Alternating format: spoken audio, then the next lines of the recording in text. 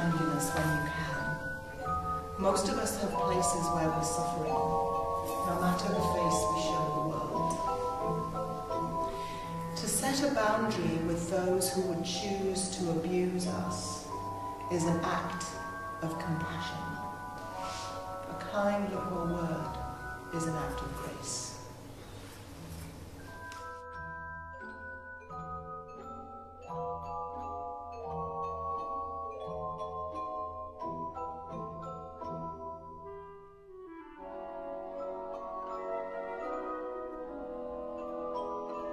If you're feeling frightened, what would your 5-year-old frightened kid need to really be soothed and come back into the present moment? Give yourself that. Mostly what we want, see if this resonates for you, mostly what we want is to be heard, to be listened to be received, to have empathy on our experience. Don't have to agree with it, don't have to have the same experience. But the sense that this person understands it, they have empathy for it, is hugely soothing. It's amazing how problems will clear just if you feel that you can express them and somebody has heard them and said, yes, I understand how you can feel that. And that's what kids want, and that's what you want, I would wager. And the best person to give that to you is you. Good self-talk. And it's a good practice with your beloveds too. And ask them, do you have a moment to listen to me? Because if you're upset and you come to somebody desperate for them to listen and they're not in the mood, they don't have the space, they will shut you up instantly and you'll go away feeling even more miserable or angry that they didn't get you. So there's also something about, do you have a moment to listen to me? I'm upset. Can I just try and speak it through, see if I can find out what's happening? And that's a practice you can agree if you both want to with your partners, that you'll do that, you'll listen to each other. And as a practice, you won't come out with your shiny, steely sword and say, how can you feel like that?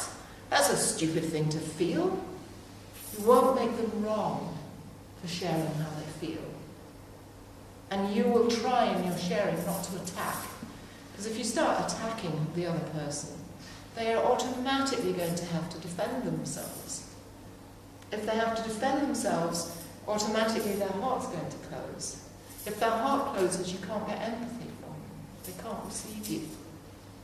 So it's quite mechanical. Attack, defense, you won't get your needs met. Tears of salt. Salty tears upon the page. Little lakes running into inky rivers down the paper. No poem. Only jumbled words, since she said, your writing isn't good. You got it wrong. It doesn't fit. It doesn't belong. No poem. Not one. Since she ripped my heart apart with her shiny, steely sword. How we hurt one another, how we hurt ourselves, when words become weapons of opinion instead of servants of the soul. You might think this is nothing, but this is serious. There are those who spend a lifetime never doing or even knowing what they love because they once were hurt in their heart place for sharing with themselves. Salty tears on paper, little lakes, rusting memories, beliefs and ideas formed in the receiving of steely swords.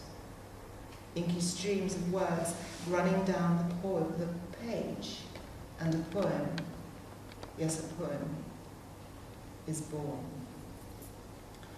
So this thing of self-loving, loving towards others, it's a practice. I think most of us have grown up with, for our own good, we were told, a lot of the pointing voice telling us how we were supposed to be, and telling us how when we showed up with the feeling that we had, how that wasn't the feeling we were supposed to have.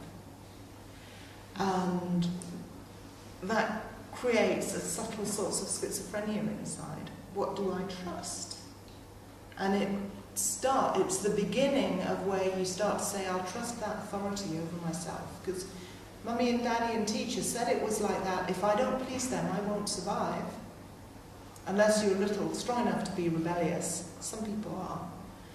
And so their whole life is about rebelling against that voice. They still don't have themselves, they have their rebellion against that voice.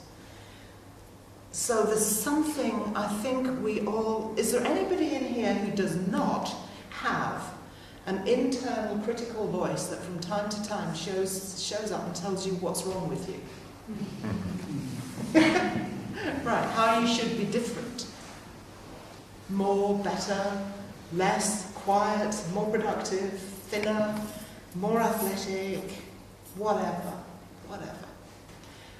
And that internalized voice really does the heart in. It's serious. This was the first poem I ever wrote in Sweden, and to me it speaks to one of the qualities of here. It's called Will You? Will you be still, quiet, gentle, undisturbed, present and receptive, like a silent sea? And in that silence, will you stop the ancient game of shame, of nagging on yourself and others, of mindless doing of the unessential? And in that stopping, will you plumb, find alignment with existence in the deep? Will you reverberate with Gaia, turning on her axis, with moons circling their planet, stars spiraling in the galaxies? Will you trust the whispered voice that lets you know how profoundly you belong? Will you be still? And in that stillness, allay the agitation of the world. There is no agitation, there is no greater agitation than being pulled out of my own life. It's not so easy to return, to land in the place of communion and trust in my process and my flow. There is an easing of the spirit in dropping out of the worries of the mind, in returning to the wisdom of the heart and the knowing of the body, the experiencing of the being, in returning to the simple trust in existence and its seasons, in letting life take its time, in bidding welcome to the present. The gift of here is about that. And this is a small poem that was written. It's also about here. It's written when I was in Cambridge. Whenever I'm away, I long for this place. A yearning of a kind that has me leaning forward, as if the very motion might help me to return whenever I'm away from here.